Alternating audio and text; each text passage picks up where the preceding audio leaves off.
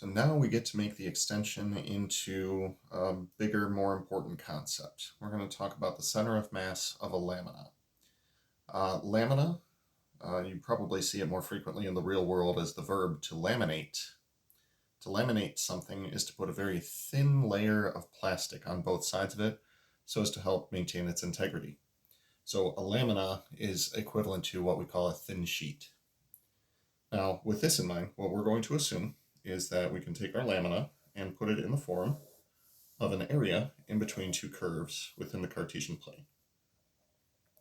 So let's say that we have a top function, we'll call it y is equal to f of x. And we have a bottom function, we'll call this y is equal to g of x. Then, in between x equals a and x equals b, we'll take the shape of our lamina.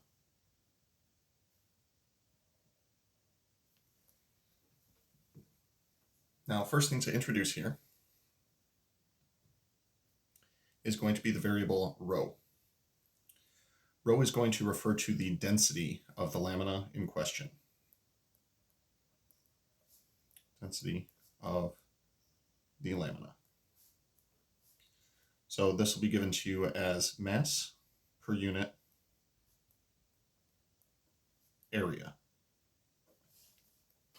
That way, when we take the density and multiply by the area that we're going to get, we will have a total amount of mass. Now, for now, we're going to assume uniform density. And by assume uniform density, what we're really saying is that rho is going to be a constant. For the purposes of calculating the center of mass, we're going to find out that rho doesn't actually matter as long as it's constant. The center of mass won't change. We'll actually perform the calculation associated with that to show you that rho is going to wind up canceling out.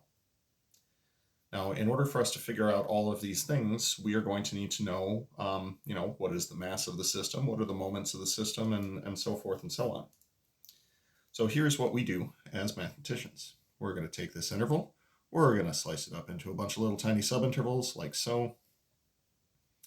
And what we're going to do is assume that this lamina can actually just be broken up into a bunch of little tiny rectangles that will simulate a finite system like what we saw in the last video. So, assuming that we have a sample rectangle, and we'll grab this beefy guy right in the middle. Beefy guy. I just made myself hungry for a cheeseburger. Probably shouldn't have done that.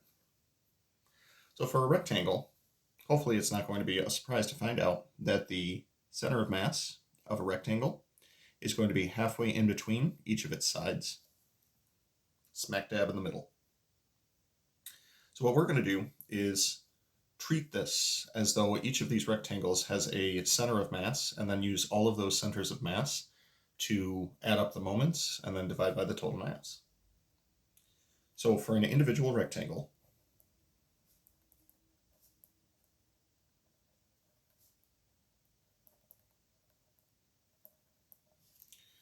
we're going to need three things. And those three things are going to be the total mass, the moment about the y-axis, and the moment about the x-axis. Now, to calculate these moments, though, we're going to need the total mass associated with this. So with that in mind, for the total mass, we're going to take the density of the lamina and multiply by the area of the rectangle. So the density of the rectangle, rho, times the area of the rectangle. Because this is an area in between two curves, this will be the top function minus the bottom function. That'll give us the height of the rectangle. The width will just be this little tiny change in x that we see down at the bottom. For the moment about the y-axis, this is where we're going to be taking the mass of the rectangle and multiplying by the distance from the y-axis. Now, the distance from the y-axis is just going to be some x variable associated with the interval. So that'll be some x variable. Now, if we toss in this for the mass, then that'll be rho times x times the top function minus the bottom function times the little tiny change in x. No problem there. For the moment about the x-axis, this is also something that's going to be changing from place to place. You'll notice that this is just going to be the midpoint in between these two functions. Generally, in order to get a midpoint, you add the two things together and divide by 2. So this is going to be mass times whatever the y-coordinate is. The mass, we said, is going to be equal to rho times f of x minus g of x times delta x. And we're going to be multiplying that by the midpoint between these two functions. The midpoint between these two functions is going to be f of x plus g of x divided by 2. Now this last one is going to require a bit of reordering, and we're going to do some extra multiplication. We're going to call this 1/2 times rho times f of x minus g of x and f of x plus g of x would be conjugates. If you multiply them together, you'll get a difference of 2 squares. So this will be f of x squared minus g of x squared. All of this is going to be multiplied by delta x. Now this is for one individual rectangle that we see from up in the system here. Then we're going to do the typical Calc 2 thing that says sum the rectangles.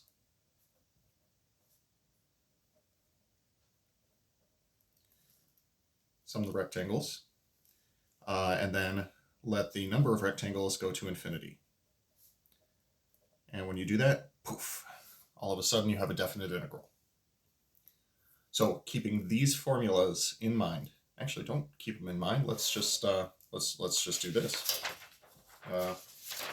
We'll bend that in half, put that right up here so that we can derive all of these other formulas. So the total mass of the system, we're essentially just going to take this and turn it into an integral. So this is going to be rho times the definite integral from a to b of your top function minus your bottom function, dx.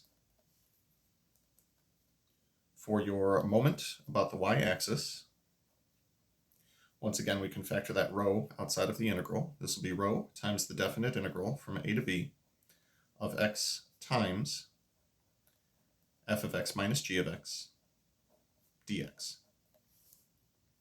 For your moment about the x-axis, we're going to take the 1/2 and the rho outside of the integral, since those are both constant multiples.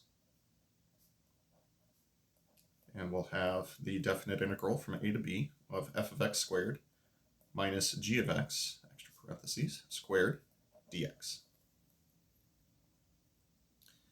Now with all of those things in mind, we'll take this guy away, and we'll turn these into official center of mass formulas. So for the center of mass, keeping this in mind here, center of mass, we're going to refer to this as x bar, y bar. This is going to be equal to, large parentheses, the moment about the y-axis divided by the mass.